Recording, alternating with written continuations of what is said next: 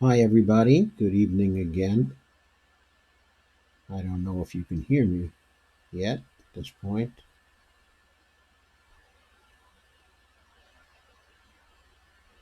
but I'm going to share. So, oops, I don't know if I've got it yet.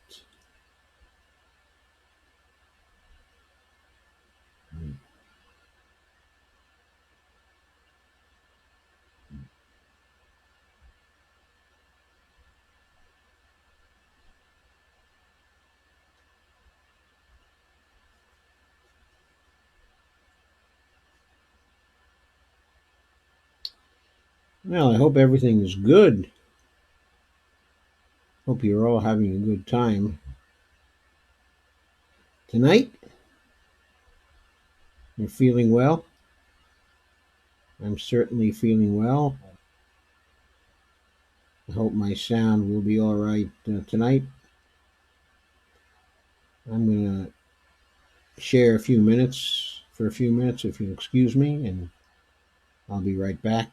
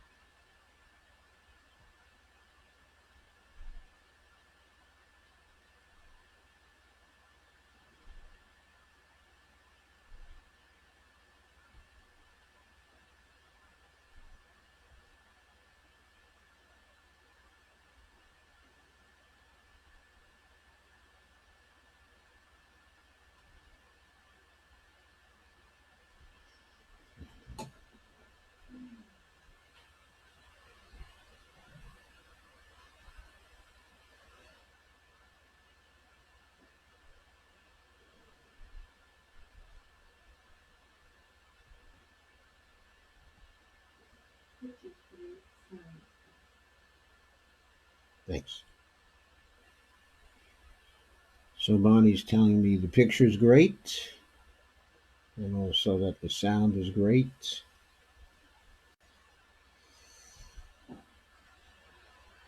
So that's good. I'll be joining you in just a second, as soon as my computer responds.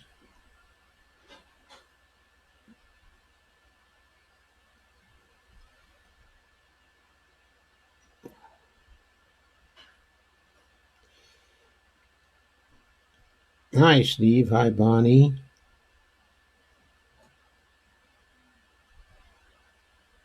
Hi, Dolores. I'm guessing you're here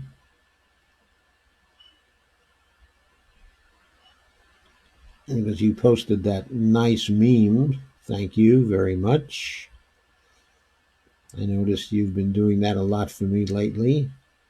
I'm very grateful. Hi, Steve. Hi, Bonnie.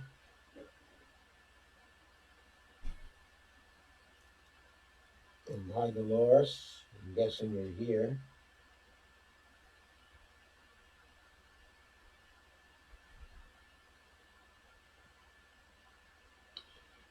Okay, so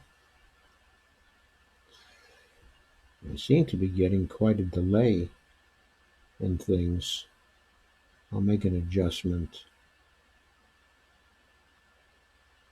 Well, it says no delay. So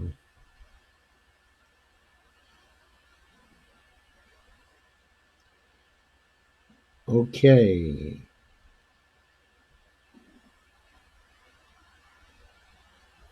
Hi, Kate.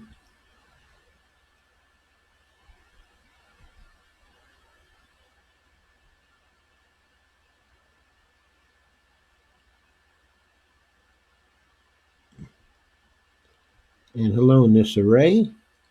And hello, Joanne. How are you? Nice to see you. And Rob Rivera, nice to see you as well. Thank you for coming. Steve says I sound good. Great, Steve. I got it right this time, I guess. But I'd like a little more confirmation before I proceed. Rob says I actually get a chance to catch you live. Yeah. How's school going, Rob?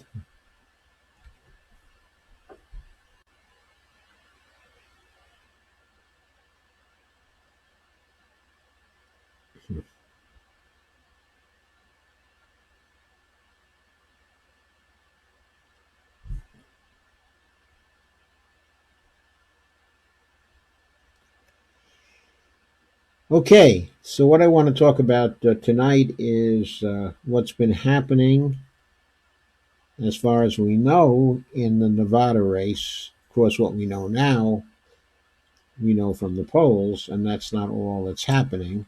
Looks like Bernie is getting very good crowds everywhere. Of course, the other day, only yesterday, he was in Tacoma, Washington. He got a wonderful crowd there.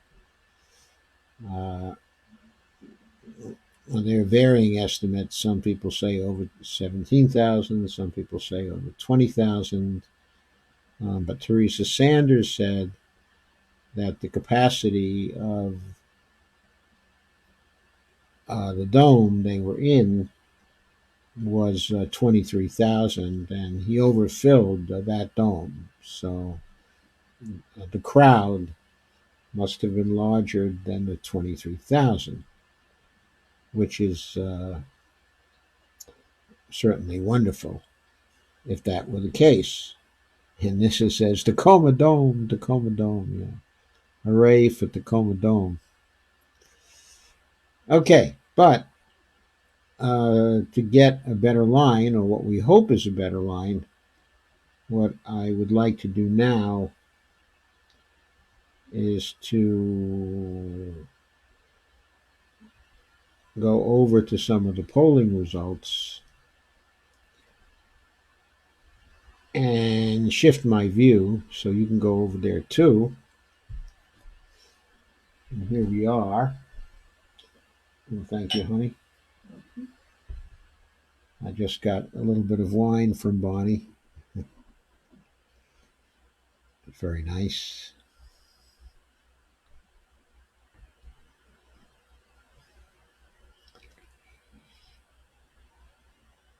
Anyway, this is the political polls page at capital P polling numbers.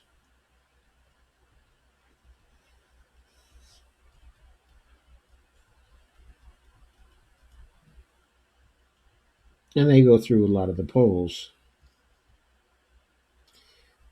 Here's a California PPIC poll.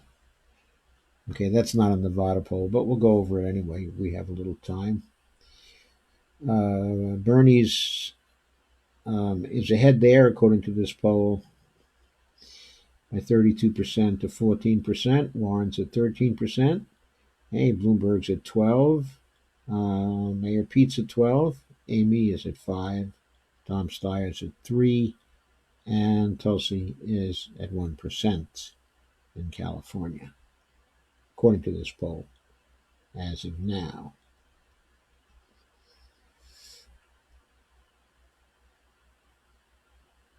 The Sanders campaign is going to ask for a recount of the Iowa results, which I think is of some interest. The Iowa Democratic Party just posted the results of its recanvass. And supposedly, Mayor Pete has 563.207 state delegate equivalents, and Bernie has 563.127 state delegate equivalents. Now, did I say 1,000 before? Sorry, 563.207 versus 563.127. So according to them, there's a difference of 0.080 between the two of them. Okay, according to them, and the Sanders campaign plans to ask for a recount because they don't believe it. I think they have good reason not to believe it. In the first 3 days of early voting, 36,000 of the Nevada Dems were voting in the caucus. For the context, 2016 had a total of 84,000 participants in the caucus, but that was only the first 3 days of early voting. As of February 16th, there's a tweet from February 16th, 11,800 of the Nevada Democrats voted on the first day of early voting.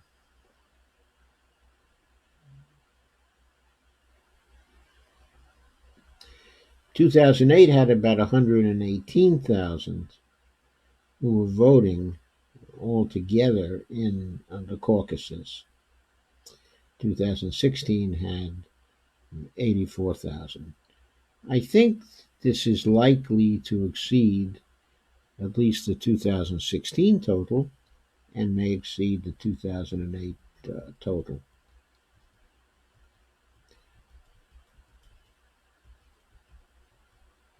Anyway, going down here,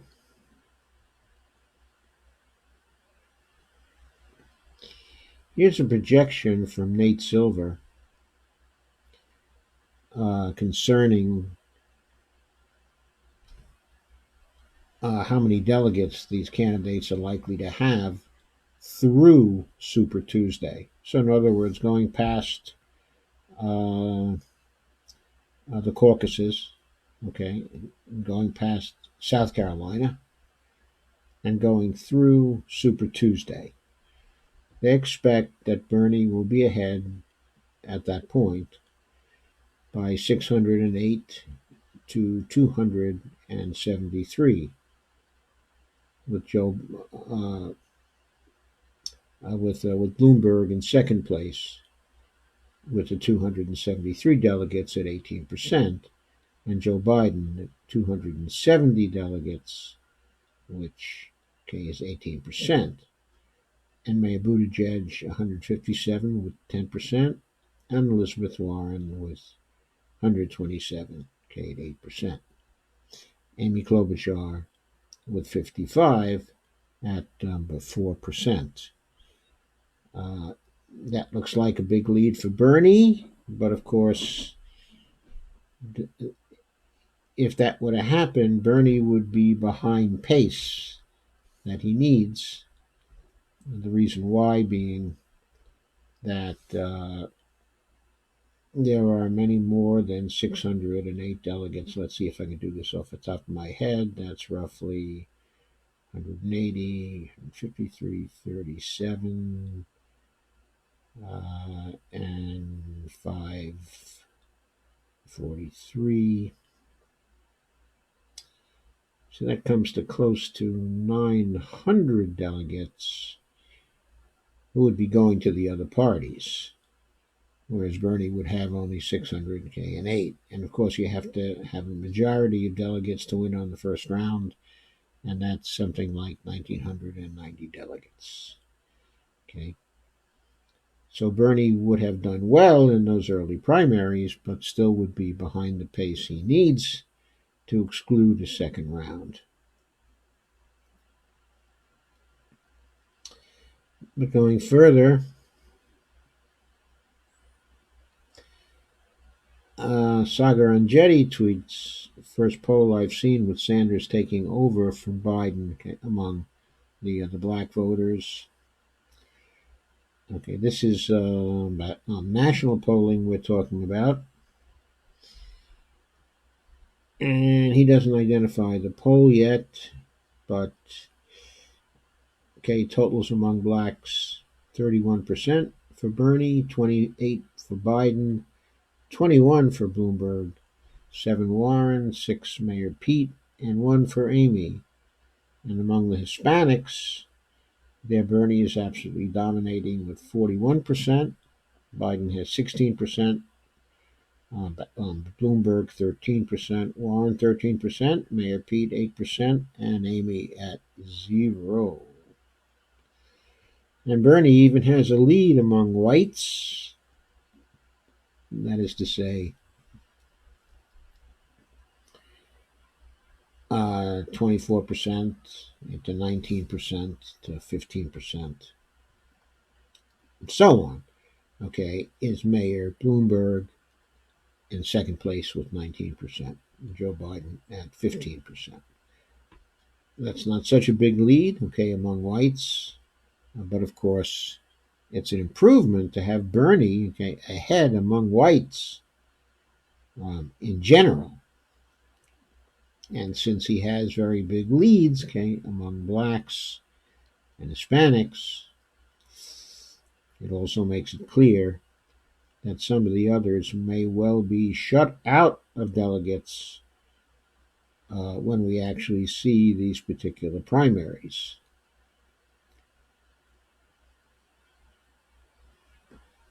And here are the results again.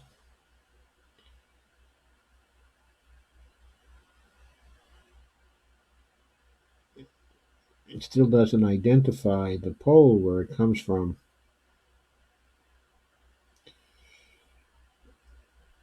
Perhaps it comes from the national survey by USA poll. In that poll, Bernie had an 11-point lead, 29% of the country, with Mayor Pete at 18, Biden 18, Pete at 12%. Oh, I'm sorry. I meant to say that it was Mayor Mike who was in second with 18%. Mayor Pete was in fourth with 12%. Elizabeth Warren had 10%. And Klobuchar was at 4%. Tom Steyer was at 2% in that particular poll. So the national trends are certainly going towards Bernie.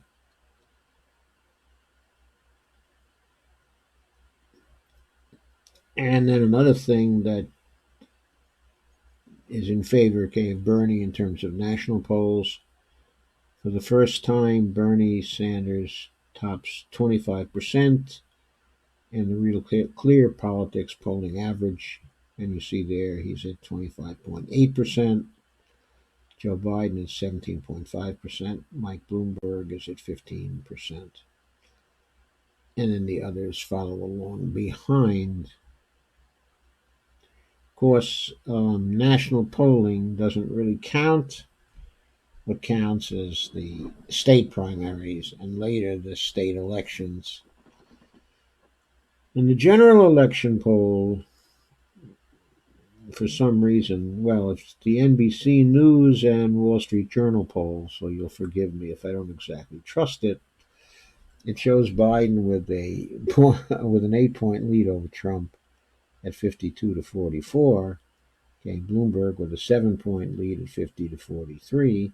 Sanders with a 4-point lead at 50 to 46. Okay, and Mayor Buttigieg with also a 4-point lead, but at 48 to 44. So more are undecided in that poll. And Amy Klobuchar has a +3 lead over Trump, 48 to 45. There are no results for Warren versus Trump, which is strange to say the least. But I think these results are a little bit strange. Given the hatred in Bernie at NBC and and also at the Wall Street Journal, these results don't really surprise me. I think the deck in that poll was probably stacked. So Bloomberg has qualified for the debate on February 25th in South Carolina, and news also broke that he had now qualified for the Nevada debate tomorrow night. It's going to be tomorrow night.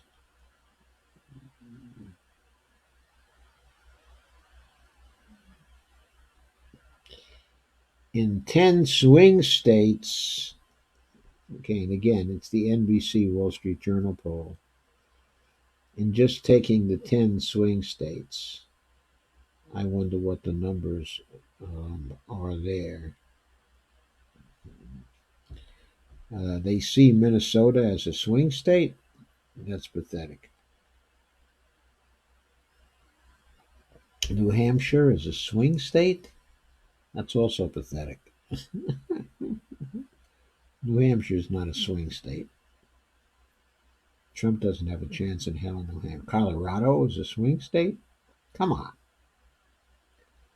These are now Democratic states.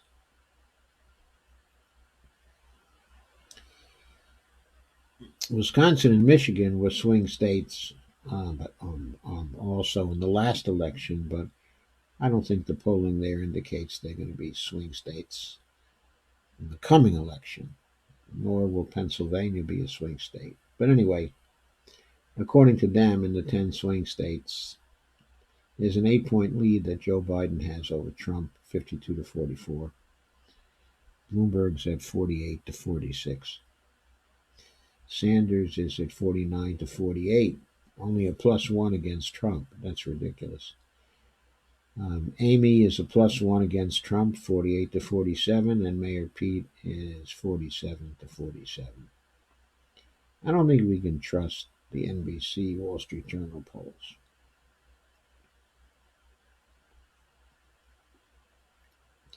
Here again is the National Survey USA poll. I'm not going to mention about those particular results again. Here's a head-to-head poll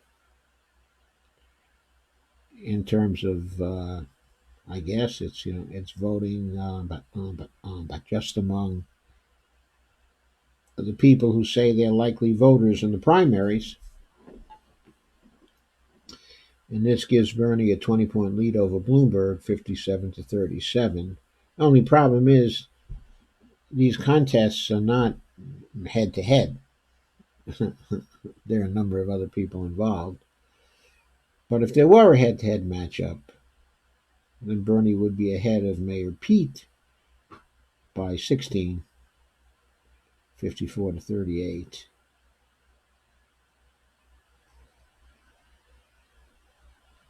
In the national NBC News Wall Street Journal poll, with changes from January, Bernie is at 27% right now.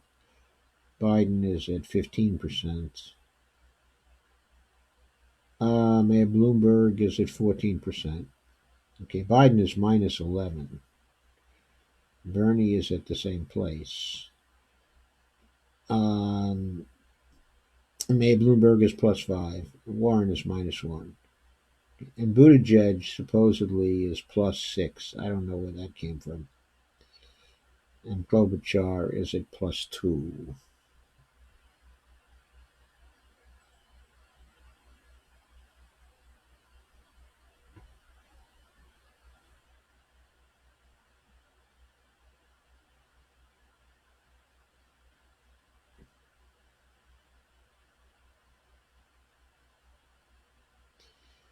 More NBC News and WSJ results we're going through here.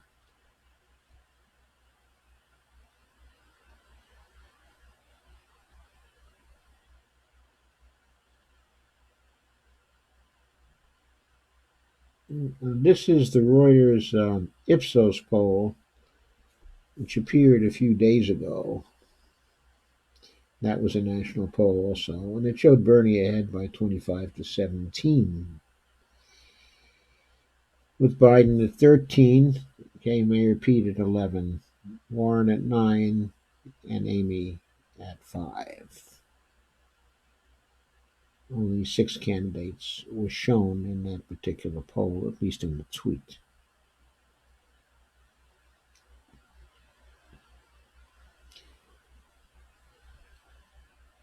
Okay, and in the New Jersey FDU poll, Bernie's ahead of Bloomberg by 24 to 23%.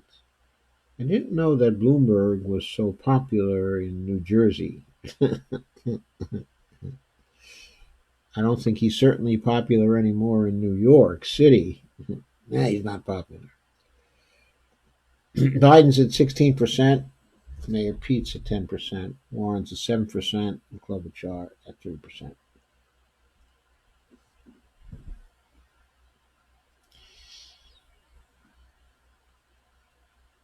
Now, the Social Sphere Colby College poll, I don't know if that's a national poll, okay, or if it's just a it's just but just a main poll. I suspect it's just a main poll. Yeah, it has Bernie at 25, Mayor Pete at 16, and Mayor Mike at 14. The rise of the mayors who have no foreign policy experience whatsoever. Right? Wonderful. The rise of the mayors. Biden has 12%, Warren has 9%, Klobuchar has 4%, Gabbard, Tulsi has 3%, and Tom Steyer has 2%.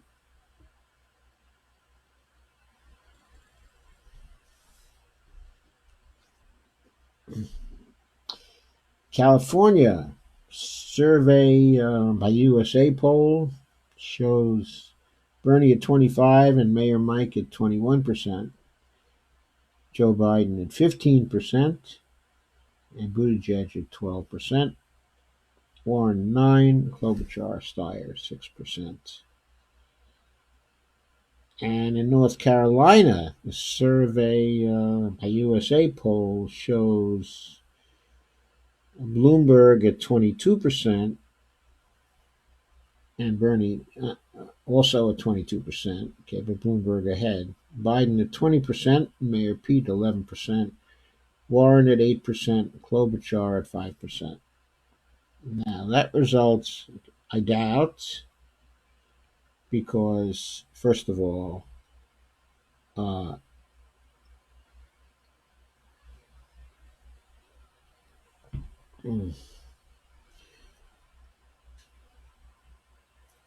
I think that Bernie has the support of some very strong people in that particular state.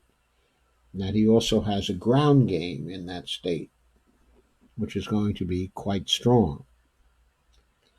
I also think the criticisms, okay, of Bloomberg have not begun to appear yet. As soon as they do, then lots of the Democratic voters in North Carolina are going to sour on Mayor Mike very, very quickly, I think.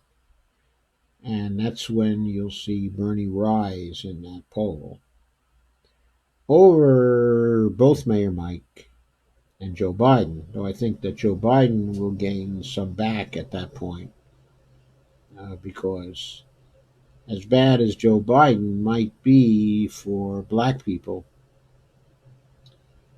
uh, he probably would not be as bad as uh, would Mayor Mike be.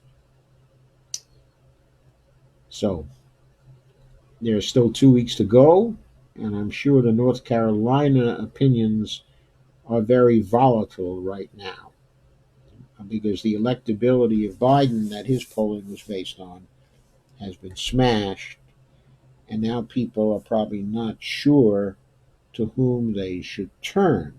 Bloomberg has been advertising very heavily there, I'm quite sure, and that's why he's at the 22%. But he hasn't started getting the static yet. When he does, I think he's going to fall quickly into the lower teens or maybe lower than that. But we'll see. We'll have to watch that and we'll have to see. Well, this turned into more than simply the Nevada polling. I had seen actually some of the Nevada polls, okay, a little earlier today, but even though this is on a lot more, I still think it's worthwhile actually going over. Now, supposedly in the Colby College poll, Sarah Gideon, who's a Democratic candidate for the Senate, and who's an establishment candidate, is now ahead of Susan Collins by 1%. Actually, Sarah Gideon looks like a pretty good platform candidate, somewhat on the progressive side, but she's going to owe a lot to the establishment if she gets in there, okay, in Maine. Some of the more progressive candidates who are running in Maine have had to take a back seat to Sarah Gideon, who was the Democratic leader in the lower house in Maine. I'm pretty sure it was the lower house and not in the Senate. I might be wrong about that. But she was an effective leader, okay, of the Democratic Party, and effective as a legislator there. According to the Univision News poll of Hispanics, as of 7 hours ago, Bernie was leading 33% to 22%. And Steyer was at 12%, and Mayor Pete at 8%. Warren, Kay, and Bloomberg were at 6%, and the rest were 1% or less. So it seems as though Bernie is doing very well there, though perhaps not as well as we would like to see him do. But he's way ahead of Mayor Mike and Mayor Pete in the polling there, and way ahead of Tom Steyer too. It seems like if this keeps up, the only people who are going to get any delegates there will be Bernie and Joe Biden.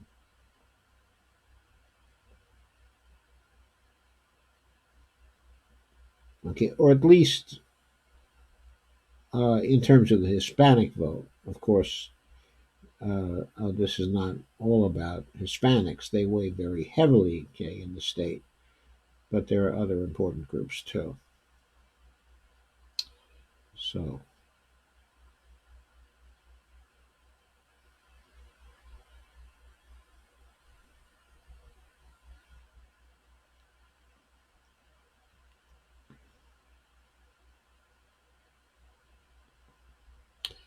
that graphic there seems to be a graphic of the number of projected delegates that people are likely to get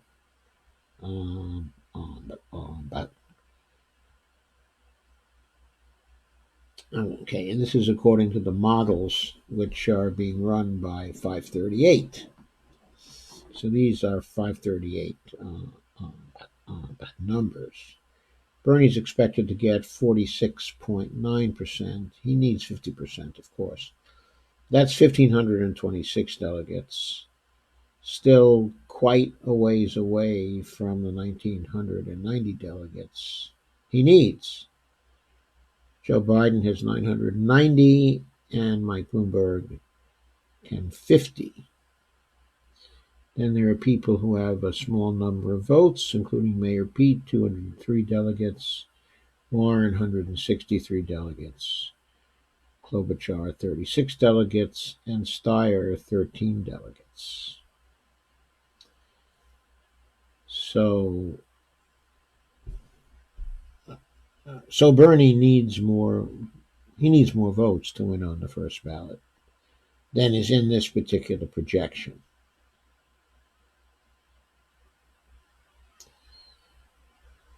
So here's the result of a Vermont poll. There, Bernie's ahead by 51% to Mayor Pete's 13%. Warren has 9%, Bloomberg 7%, and Biden 5%, and Klobuchar 4%. It's amazing how Warren has collapsed in states that are near her.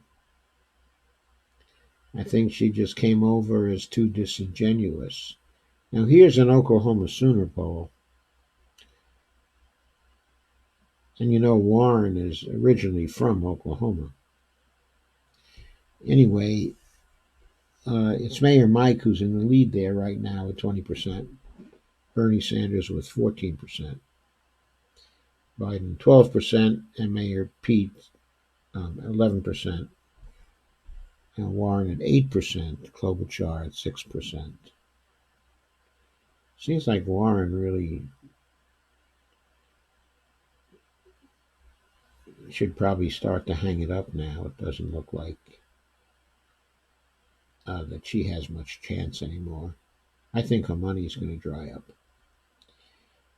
Anyway, Nevada Beacon Research poll, which is a Tom Steyer internal poll.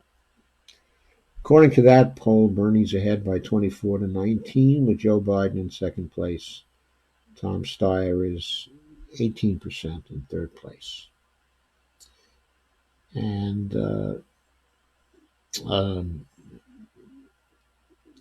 13% goes to Mayor Pete in fourth place. Warren is at 10%, and Klobuchar at 7%. And Mayor Mike doesn't show up in Nevada, according to that internal poll. Maybe he wasn't on the questionnaire. In the Virginia Democratic primary poll, and this is a Monmouth poll, and I always have to add, if it's a Monmouth poll, it's usually biased against Bernie. So the results here show Bernie edging Mayor Buttigieg 44-42%, and Amy Klobuchar 45-42%. But losing to Bloomberg 47-41%, and to Joe Biden 51-38%. These results are probably credible for Virginia because lots of Democrats in that state are in the northeastern section of the state, basically suburbs, of Washington, D.C. And the people in the suburbs there, lots of them are government contractors and also government workers as well. But the contractors, are very big, and they tend to be rather centrist and rather establishment oriented in terms of the Democratic Party, which would mean that they'd be more likely to go for Biden or Mayor Mike as opposed to any of the other three. So it's not a surprise that they might find that Bernie is losing there. Also, especially because they're probably going to be oversampling the older voters. That would not be at all surprising.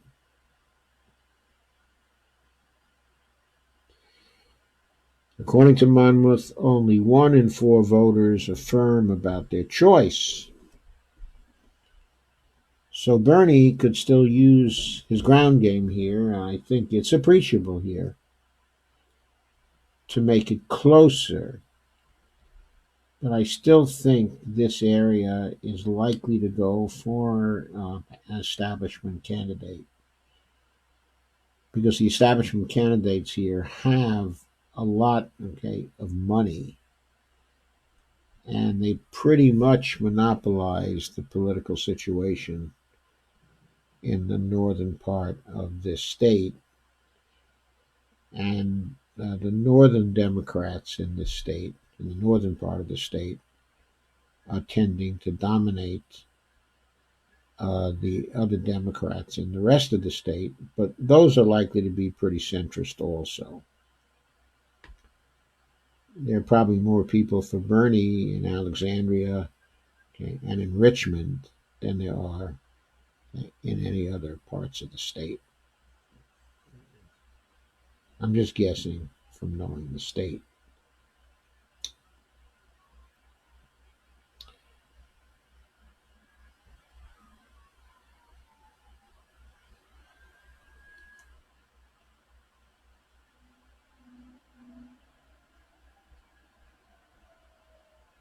If we look at age 45 plus, there Bloomberg has a lead of 27 to 22 over Biden, and Bernie is at 13, Klobuchar 11. Oh, there, okay, is Mayor Pete at 10, Warren 7, Steyer at 1. This appears to be from a national poll conducted by NPR, PBS, by NewsHour. That is, it was for them, conducted by Marist Poll. And the Marist poll, which is usually not particularly favorable to Bernie, is showing him ahead 31 to 19, but with Mayor Mike in second place now at 19%, Joe Biden at 15%, Warren at 12%, Amy at 9%, and Mayor Pete 8%, Steyer at 1%. In the under 45 category of that same poll, we have Bernie leading with 54%, Warren at 16%, and Bloomberg with 8%, and Biden 6%, and Buttigieg 5%, Klobuchar 5%, Steyer 2%, and Tulsi Gabbard 1%. That actually sounds fairly plausible.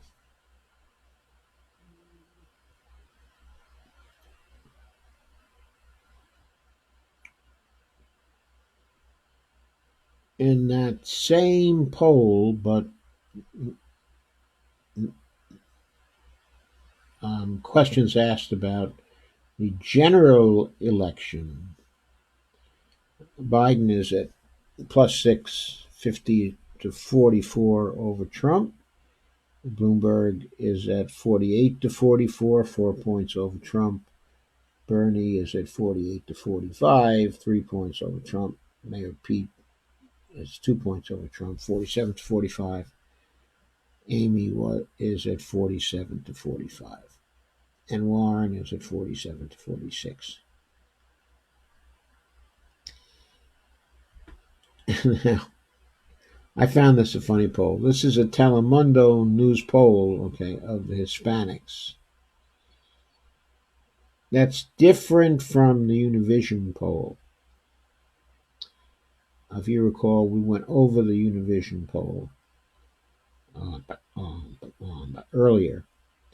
Anyway, this is a Nevada poll, and it shows Biden ahead among the Hispanics, 34 to 31. Mayor Pete 7%, and Warren at 6%. I greatly doubt this poll. I really do. It's very divergent from the other poll we saw. And I don't think that it's valid. It's not consistent with other things we're hearing from the state.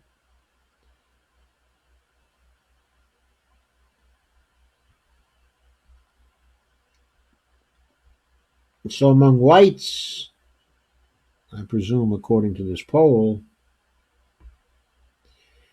Well, this is the Monmouth poll. Uh, okay, among whites, it's Mayor Mike first with 25%. And Mayor Mike has been advertising a lot around here, really a lot. Bernie has 23%, Klobuchar 14%, and Buttigieg at 11%, Biden 10%, and Warren at 6%. Among blacks, Biden is still supposed to have 37%, with Bernie at 18%. So Bernie is supposedly stronger among whites than he is among blacks here in the state. I seriously doubt that. But anyway, supposedly Bernie is at 18 with Biden at 37. And Mayor Pete is nearly tied with Bernie. I'm sorry, it's Mayor Mike nearly tied with Bernie at 18%. Mayor Pete's at 10% among blacks. I can't believe he's at 10% among blacks. I don't see why a single black would vote for Mayor Pete. But there's Warren at 3%, and there's Amy, okay, at 0%.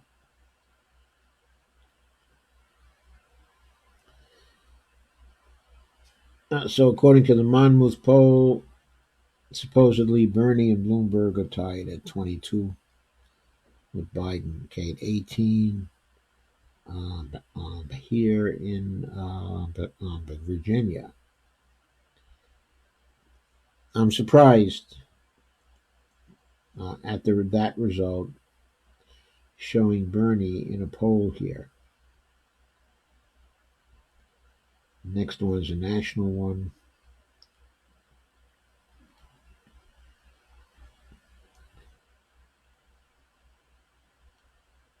A lot of these polls were released very recently. There's been a lot of polling. A lot of polling going on. I'd still like to get to the Nevada polls.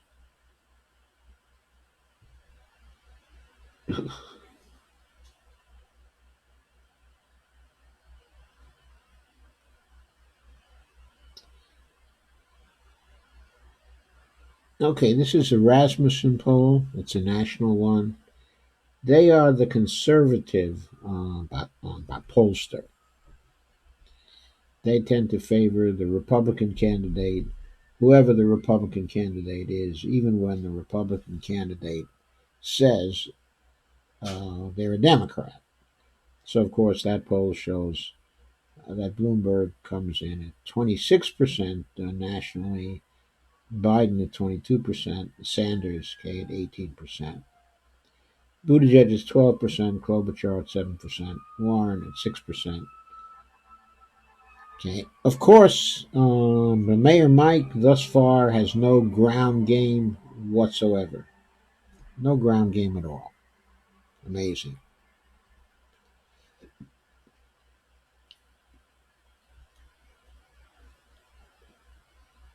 And then there's the Monmouth poll again.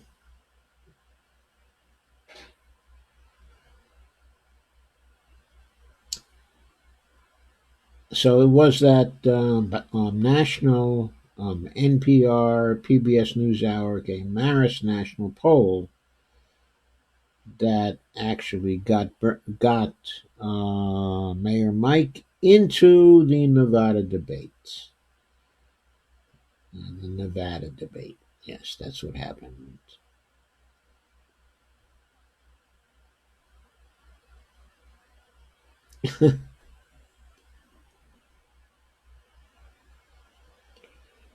There was a poll taken by I know not who.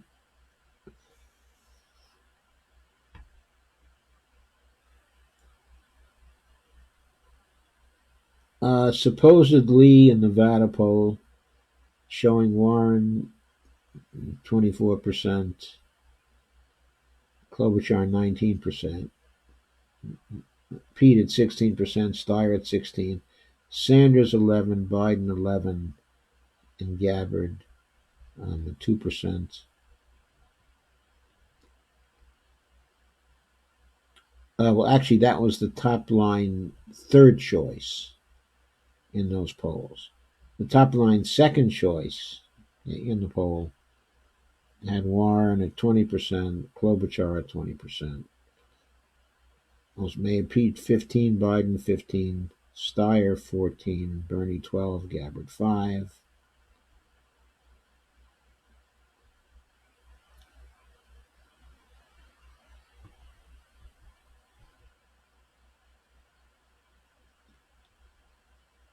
Okay, here is the data for Progress poll.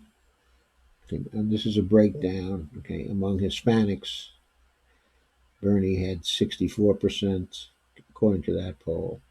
And that poll had a sizable number of respondents, something like, I think it was 706 respondents or something like that. It was a big number compared to the others, and the margin of error was lower than the others. Among Hispanics, it has Bernie ahead by 64% to 8%. Biden and Klobuchar at 7%. Warren at 5%, okay, and Buttigieg at 4%. Tulsi Gabbard at 2%. Among whites, Bernie was at 28%. Warren and Buttigieg at 18%. Biden 12%. Steyer Klobuchar 11%, and Gabbard at 2%. When you aggregate it across whites and Hispanics in this poll, you got Bernie at 35% in first place, Warren at 16%, okay, and Buttigieg at 15%. Biden 14, Steyer 10. If the actual result reflects this particular poll, then Warren, okay, and Mayor Pete and all the others have a very good chance of falling below the 15% level. If they do, then that would mean that Bernie would get all the Nevada delegates. I'm not expecting that because I think they're going to try to cheat Bernie in this caucus, and they may well succeed. They've already started saying that some of the early votes are disqualified for technical reasons, and they're not calling the people or sending them emails or contacting them, okay, in any way to try to get them back.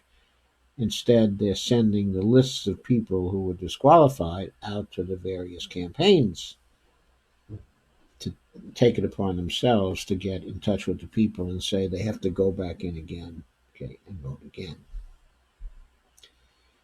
But anyway, this was the most favorable poll in Nevada before Bernie Sanders. So,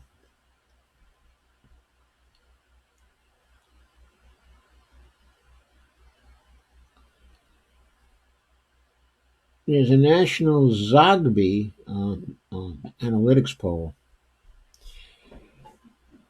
I tend to trust this one because Zogby, while friendly to Bernie Sanders, is probably going to be as objective as possible. He sees Bernie as ahead with 24% of the vote, but Mayor Mike in a strong second place, a +9 since the last poll at 20%, and Biden at 18%, -6 since last time. Warren 10%, and Mayor Pete at 9%, Amy at 5%, Steyer 4%, Gabbard 3%.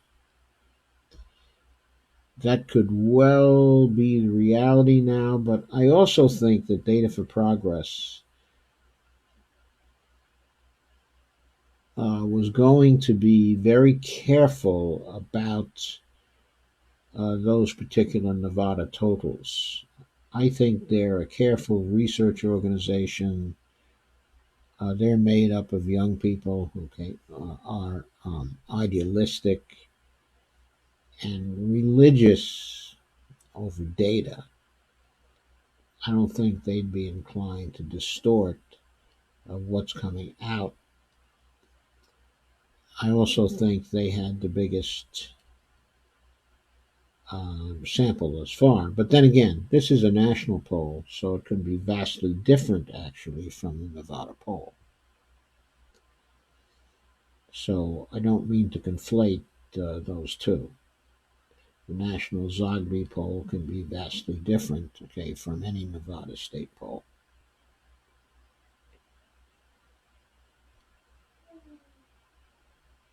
So,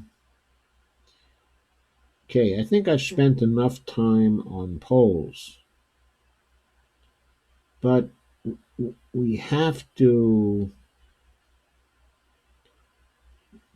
consider that it looks pretty good for Bernie at this point. The age breakdown, though, does show the caucus turnout to be heavy on the 50 and over side, with 58% of the caucus goers being 50 and over. So the younger people, okay, Bernie is much more popular, okay, among them, are only 42% of the vote.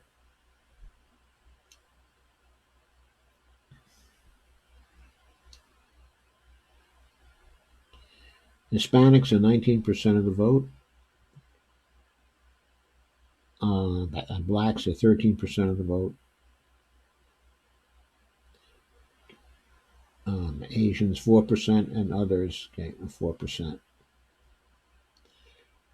So generally speaking, Bernie will be weakest among the whites in that state. And there are 41% of people who are not in that category. So that also suggests that he's going to do very well on caucus day or in the caucuses if he is not cheated. There's a new poll called the Point Blank Political Poll. Okay, that's a Nevada poll. It shows Steyer at 19%, Klobuchar at 16%, Biden at 14%, Bernie at 13%, okay, and Buttigieg at 13%, Warren 7%. Okay, I tell you, no way. No way, Jose. This has got to be an outlier, a rather extreme outlier. But of course, we'll see.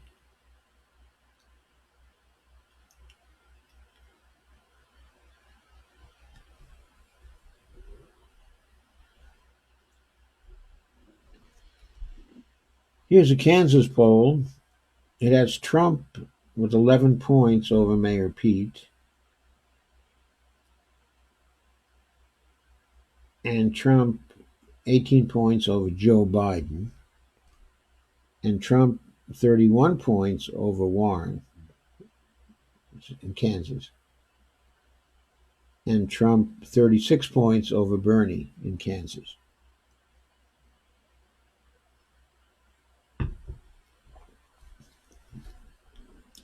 Of course, it might be even less than that because in Kansas, they usually rig the votes as well for the Republicans. But actually, they won't even have to rig it in this particular election. So,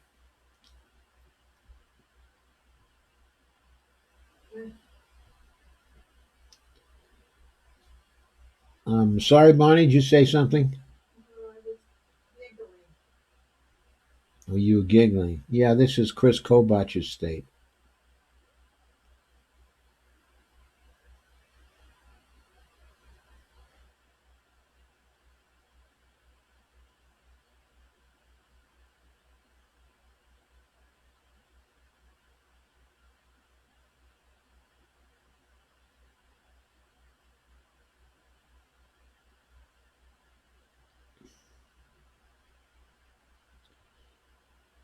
So I think we've probably looked at the polling enough.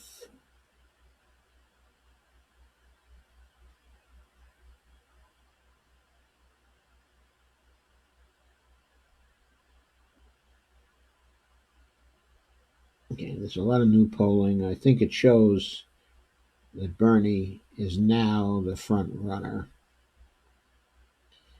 and is getting that status in various quarters, including 538.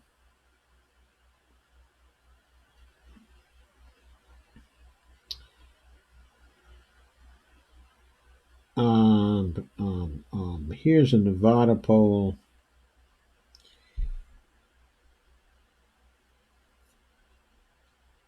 Actually, not a single poll. It's a forecast average from 538. And the forecast is that Bernie is at 38%, Biden 21%, and Mayor Pete at 17%, Warren 12%, Klobuchar Steyer at 6%.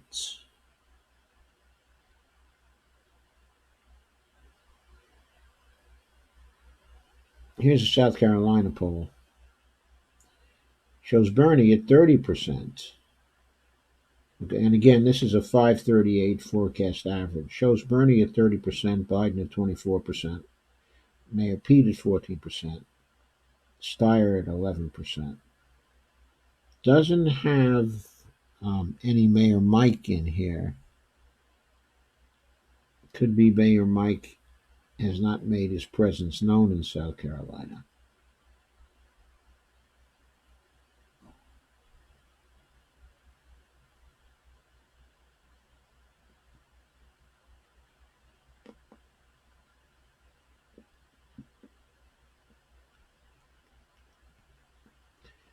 California has started voting already. Uh,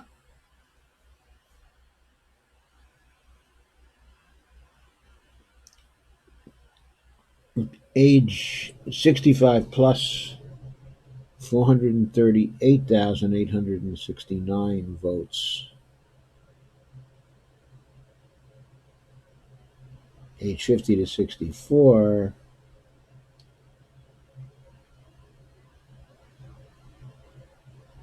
okay, and this is in percent of ballots that have been returned. The highest percent is among the 65 plus, and that's 11% of the ballots that were given to the people 65 plus.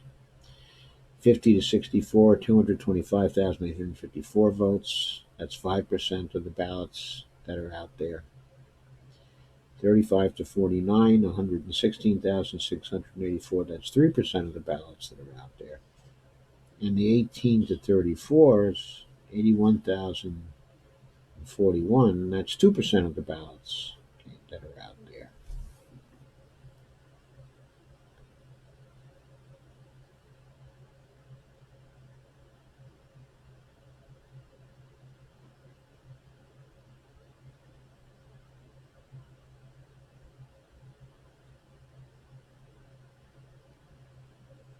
In California, the number of ballots sent out were 7,144,796 ballots was sent to Democrats. 4,868,584 was sent to independents, and 3,924,182 were sent out to Republicans. Anyway, Republicans have returned the highest percentage of their ballots so far, 9%, 353,000 votes.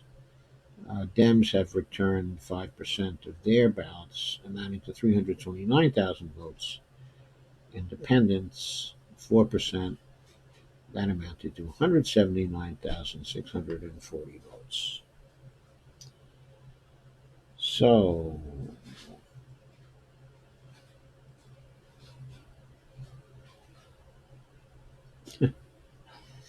In the national general election, percent of voters who say they would consider voting for a Democratic Socialist, 35% said they would. 44% said they would consider voting for a Muslim. 47% said they would consider voting for someone over 75. 54% said they would consider voting for someone with no prior experience in that national government. That, of course, is Mayor Bloomberg. 60% said they would consider voting for a gay candidate. 64% said they would consider voting for someone under 40 years. 47%, 67% said they would consider voting for a billionaire. 83% said they would consider voting for a woman.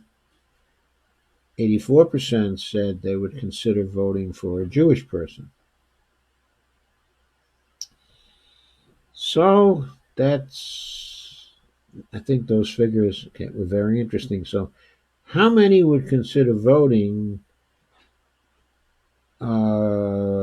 for a Jewish person who was 78 years old and a Democratic Socialist? How many would consider voting for a Jewish person who was a billionaire, who was, I don't know whether Mayor Bloomberg is over 75 or not. He may well be.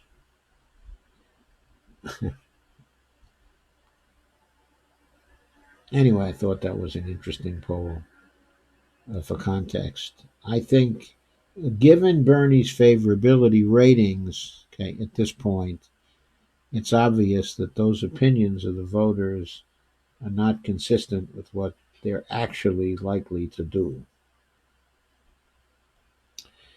538 has a forecast average of percent of the vote for South Carolina, and they say it's Bernie 30%, Biden 24%, Pete 14%, Steyer 11%, Warren 10%, Klobuchar 7%, Gabbard 2%.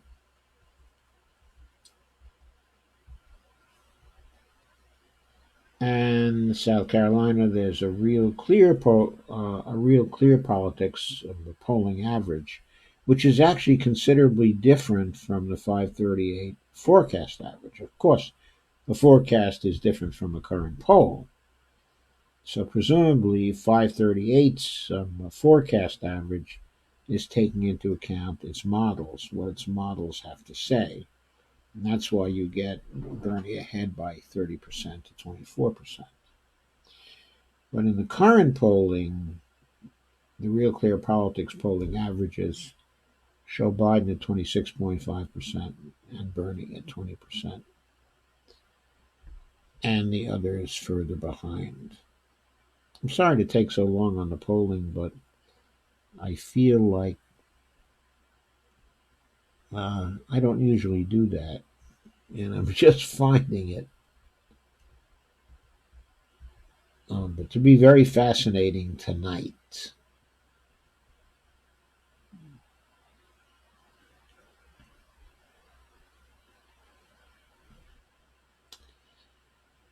The 538 forecast on early and Super Tuesday states has Sanders with the best chance of winning in the following states, specifically Nevada, South Carolina. I should say Nevada, South Carolina, California, Texas, North Carolina, Virginia, Massachusetts, and Minnesota, Colorado, Tennessee, Oklahoma, Arkansas, Utah, uh, but Maine and Vermont.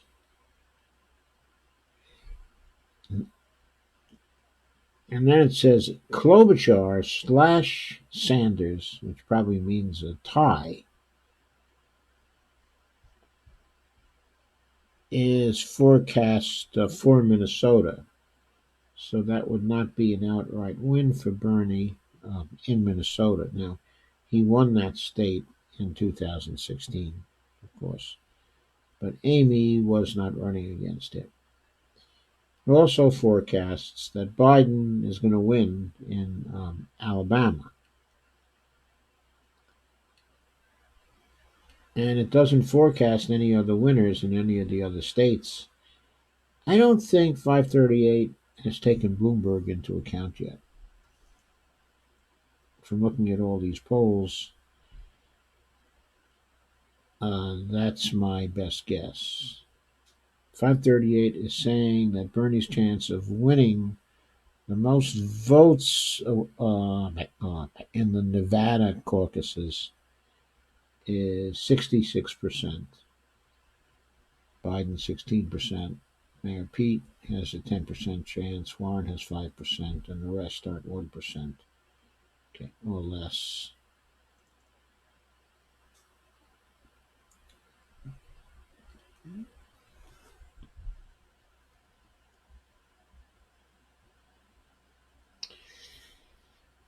So the prognosis from the polling is that Bernie is way ahead in Nevada.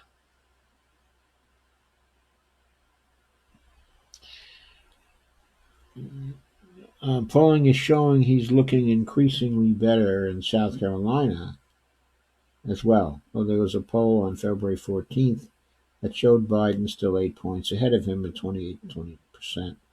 That was a university poll, East by Carolina University poll.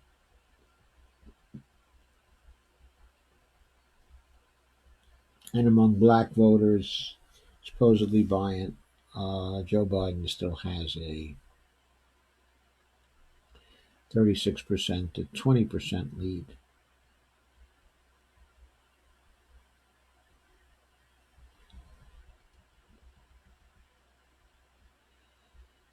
Okay, I've had enough of the polling. Probably you've had enough of the polling. Oh, wait a minute. That's a morning consult poll, February 13th. I have February 14th tracking polls. I don't know where they are now. It's February 18th already, so it should be time for them. So I think I've just about covered it for Nevada as well as for other states, but by right now. So I'm going to end this survey of polling.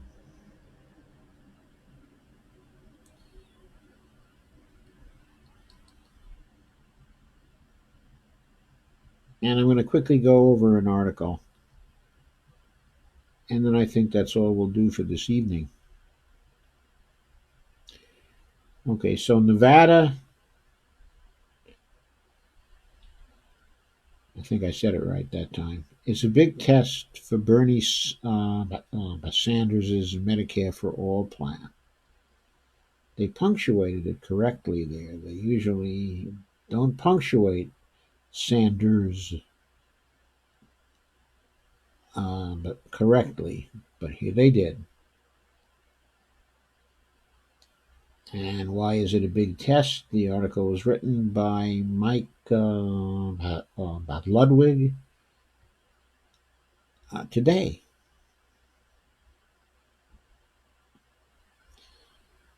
And what Mike had to say is that.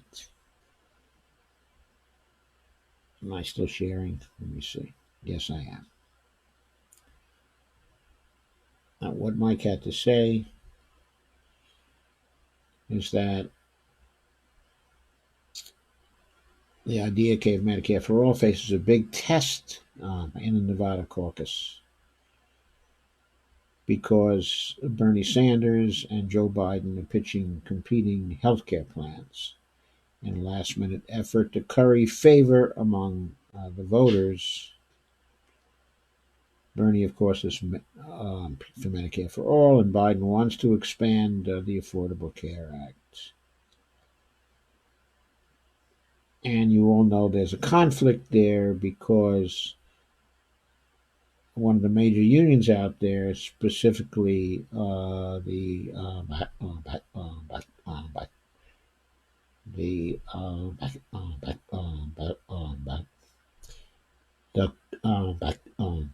the culinary union. There, I got that out.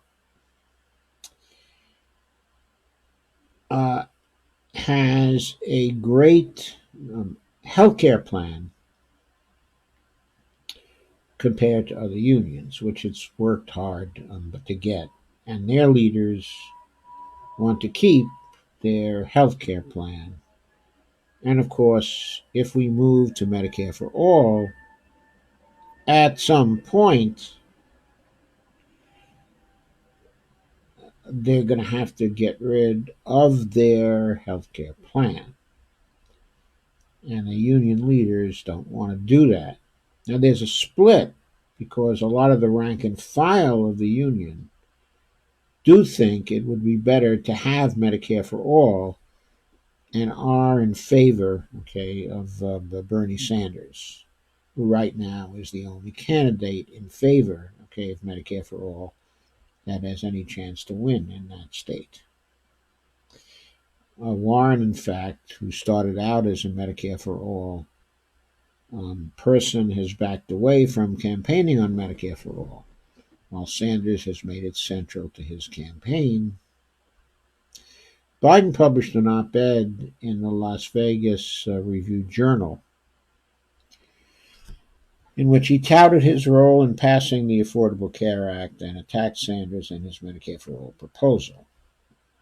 He said it's too expensive, doesn't have enough support in Congress, and consumers should have a choice between public and private health coverage.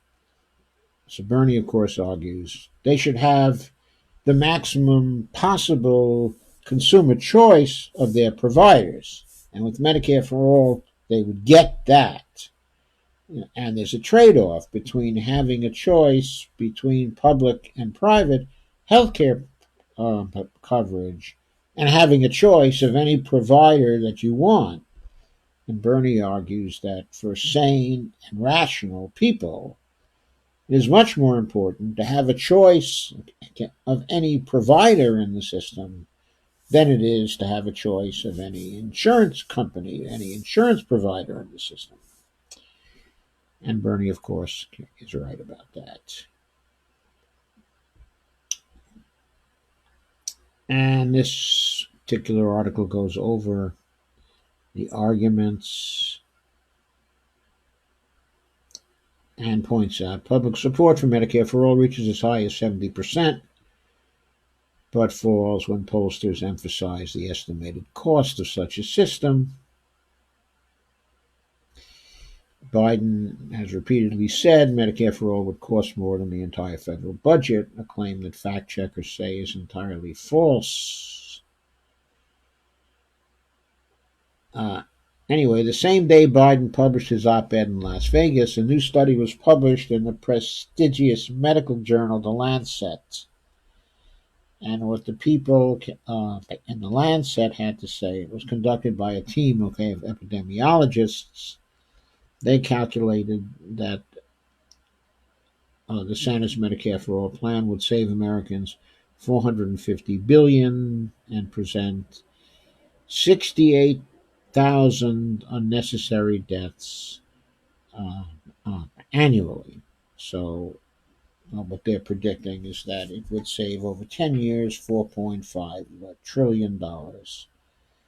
I think that's far too conservative, an estimate. It will save more like 17 to $20 trillion, but you know my views on that. I'm not sure where they got the 68,000 unnecessary deaths I haven't been able to get a hold of the article because it's behind a paywall. Maybe someday it will be available to the general public.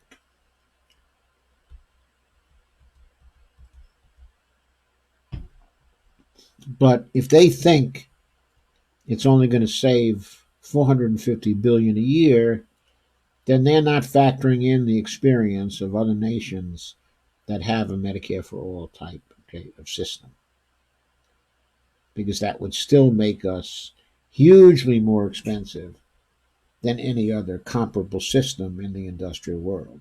In this case, what comparable means is the other Medicare for all systems. We would be by far the most expensive, of those.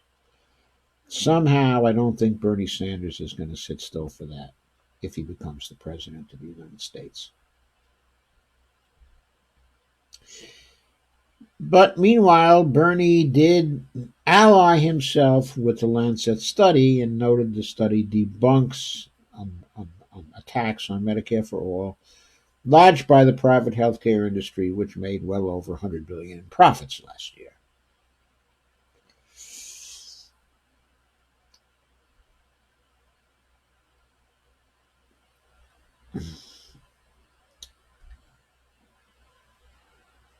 Egan Kemp, an expert on healthcare policy at the progressive advocacy group Public Citizen, said conservative and industry-backed groups such as the Coalition Against Socialized Socialized Medicine. I want to emphasize, by the way, that a Medicare for All program would not socialize medicine. It keeps the doctors and hospitals private. What it socializes is insurance, but not medicine. Just want to emphasize that. And the Partnership for America's Healthcare Future are blanketing Nevada and other primary states with anti-Medicare for all messaging. However, these attacks appear to be provoking a backlash in the Democratic base and emboldening a growing grassroots movement that is pushing local leaders to pass some resolutions in support of Medicare for all.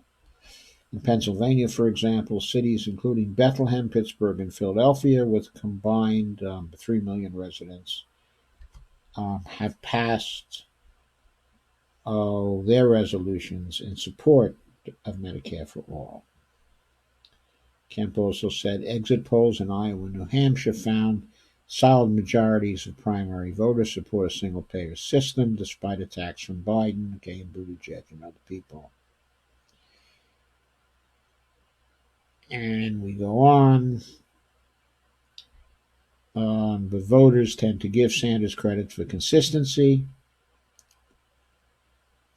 Bernie has refused to budge despite the negative headlines that followed the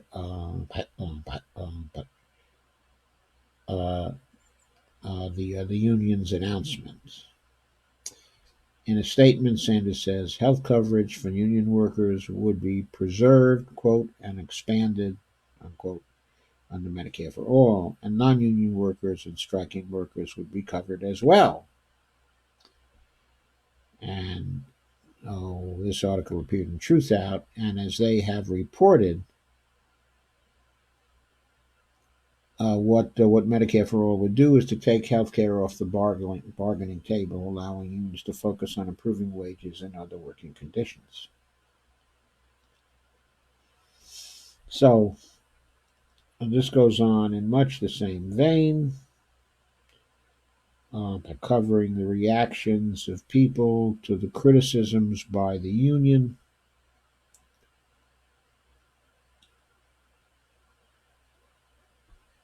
And it ends by saying that for Bernie, a strong showing in the Nevada caucuses would be a good sign that his messaging around Medicare for All is reaching voters despite attacks from pro-industry groups and the kerfuffle with the union.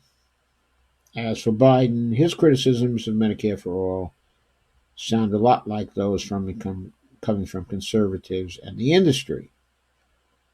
A poor showing in the Nevada caucuses would be evidence that his healthcare strategy continues to backfire. And I think that clearly is a very logical article. So, I'm going to hold my remarks on what's happening to neoliberalism until next time. And I'm going to your comments now.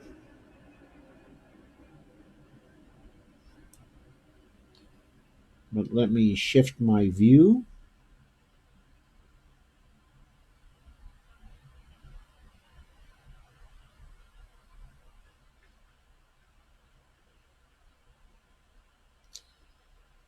Okay, there we are.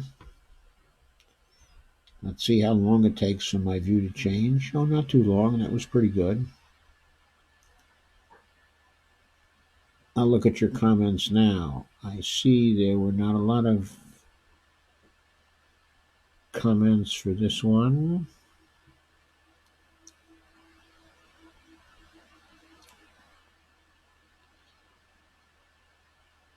And Rob says, in the home stretch with school, I am taking what you call capstone courses, and they're incredibly difficult. Sorry to hear that, Rob. Okay, this array says, I wish I could have went. I'm close, but had to work. Saw him in 2016. He's closer to winning now than he was in 2016. And this says, Wine Bonnie. And Rob says, California is feeling the burn. Rob says, Bernie's doing incredibly well, which he needs to in order to overcome the cheating. It's a shame I even have to qualify my statement.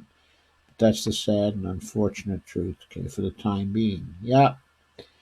Pasta Jardula and Fiorella, Isabel, say that Los Angeles area is going to be a clusterfuck. That it's already a clusterfuck. That the party leaders down there are deceiving people about how to vote and what kinds of votes are going to be easily accepted and what kinds of votes are not, and they're just distorting the reality they intend to impose on people. And Pasta and Fiorella fear that many votes that would otherwise go for Bernie will be lost in this process. Kay says Bernie's town hall was very good tonight on CNN. He seemed to have a lot of support in the audience there. I didn't see the CNN town hall, but that's good. I take it that town hall was in Las Vegas or Reno or somewhere. And Rob says, I will say that I'm glad that Bernie didn't take this lying down. He's fighting back, which is so important. We can only do so much, and Bernie going in with a team of lawyers forced to the DNC to say, okay, let's talk. Otherwise, the DNC would have done the same and allowed them to coronate their preferred neoliberal candidate.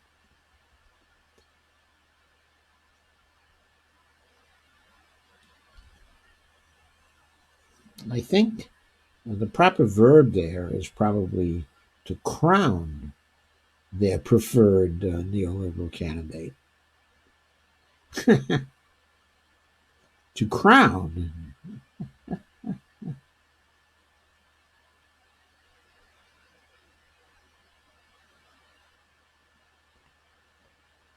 Steve says Hispanics are feeling the burn. Yeah, I think they are. And they should.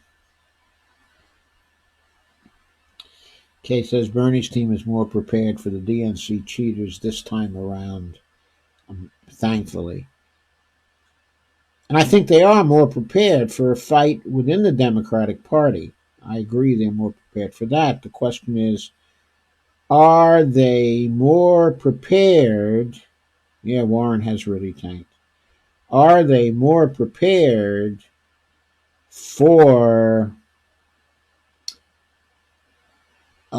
fighting if, in spite of all their efforts, the establishment succeeds in rigging the contest? I think they have to be ready for that as well. I think they have to be ready to go outside. And when they come at Bernie and said, "Oh, you agreed to support the winner. You're going back on your word. But you agreed to support the winner." And what Bernie should say, "Well, of course, when I made that agreement with you, I thought we were also agreeing on a fair contest, but this wasn't a fair contest. It was another contest where you put your thumb on the scale, and your pick candidate won because you put your thumb on the scale. So now you're just going to have to live with the fact that I'm going to run on a third party ticket, and all my people are going to follow me, and that this is likely to mean the end of the Democratic Party as we know it. Because nobody wants a Democratic Party that is undemocratic at its roots and that is run by a bunch of consultants and freeloaders looking for money everywhere they can find it. Kay Ryan says, "Does anyone ever listen to Michael Moore's the Rumble podcast? He had a good one today with the political science major that was very good." Sometimes I do listen to that. I haven't seen the podcast today,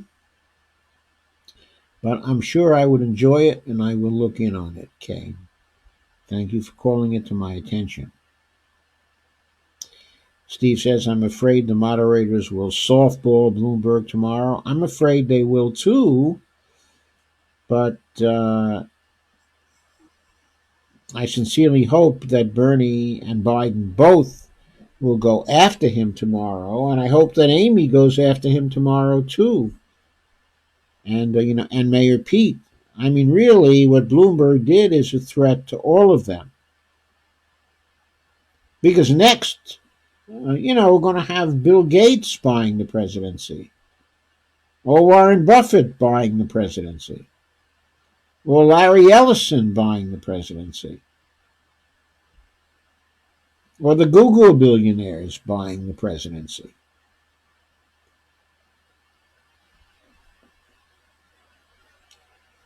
Margaret Ames has joined. Hi, Margaret. And Steve Gonzo says, "Bernie Sanders' campaign opens first field office in Central Florida." Well, that's nice. I hope he has enough offices in Florida to do fairly well there.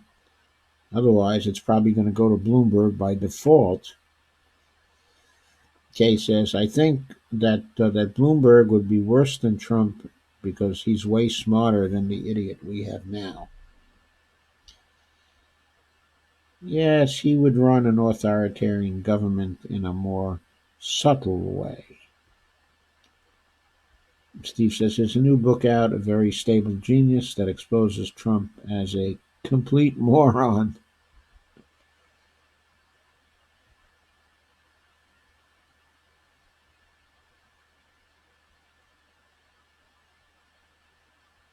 From sources within his administration. Gary Hack has joined. Kay says, Rachel Maddow just said, the Washington Post says that Barr might want to quit. That's probably a trial balloon.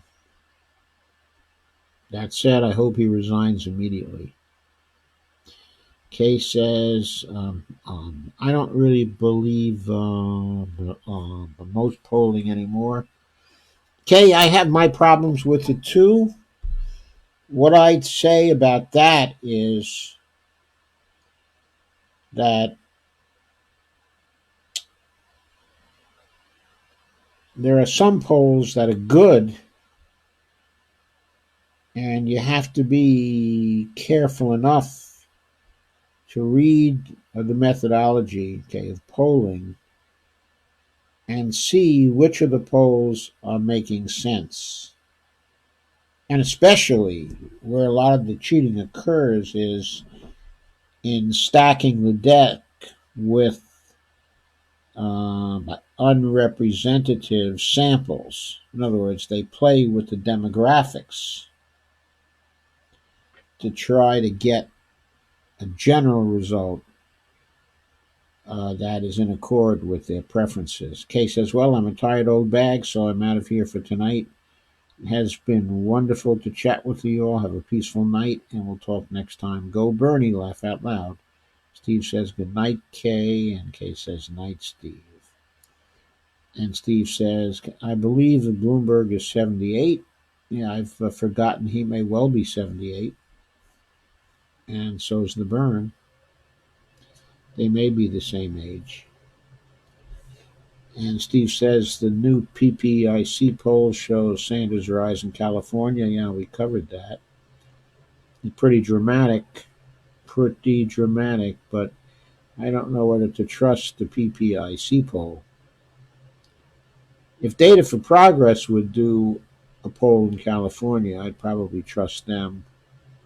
Or if the Emerson College poll were to do one out there, I'd probably trust them. But yeah, I mean, Sanders at 32 and Biden at 14. If those numbers hold, if those numbers were to hold, then Bernie would be the only one getting delegates in California. He would sweep 415 delegates out of California. If that were to happen, I mean, it would rock everything. It would rock everything. I mean, the 538 forecast of what would happen after Super Tuesday would completely change. Bernie's expected to do very well in Texas also. That's a huge cache, okay, of delegates also. I think like there are 450 in California, something like 255 in Texas, if I'm not mistaken. Elaine McForbes has joined. Hi, Elaine. And Kathy Langan has joined. Hi, Kathy. And Steve says, good night, all. Good night, Steve. And I think I'm going to say good night, all, too. It's about 10:49. And I've been on for a while. I think it's time to go. But, okay, I'll see you tomorrow night. Tomorrow night, I'll be talking about the debates. So I'll be on later, and I'll probably talk some about gains we've made with respect to neoliberalism as well, if I can fit it in.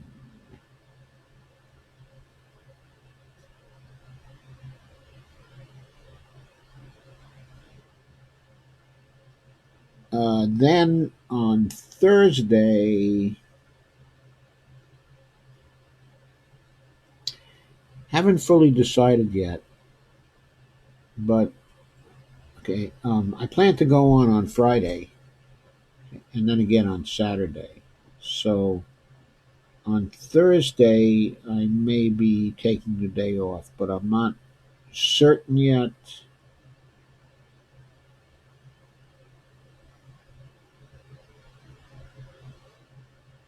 But I'll clarify that tomorrow and let you know what's going on.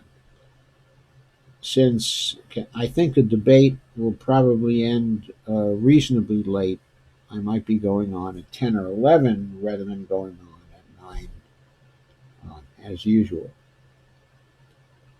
On Friday, I'm planning, an interview, but I still don't know that I have my sound all straight. I know I've got it straight for the things I'm doing now, but I don't know whether I have the sound configuration right for a Skype interview. So I'll be testing that over the next 3 days, and hopefully I'll have it solved by Friday night, and I'll be able to begin to incorporate interviews as part of my shows. So until then, I'm going to say good night and good luck. There it is, Edward R. Murrow again. See you tomorrow night.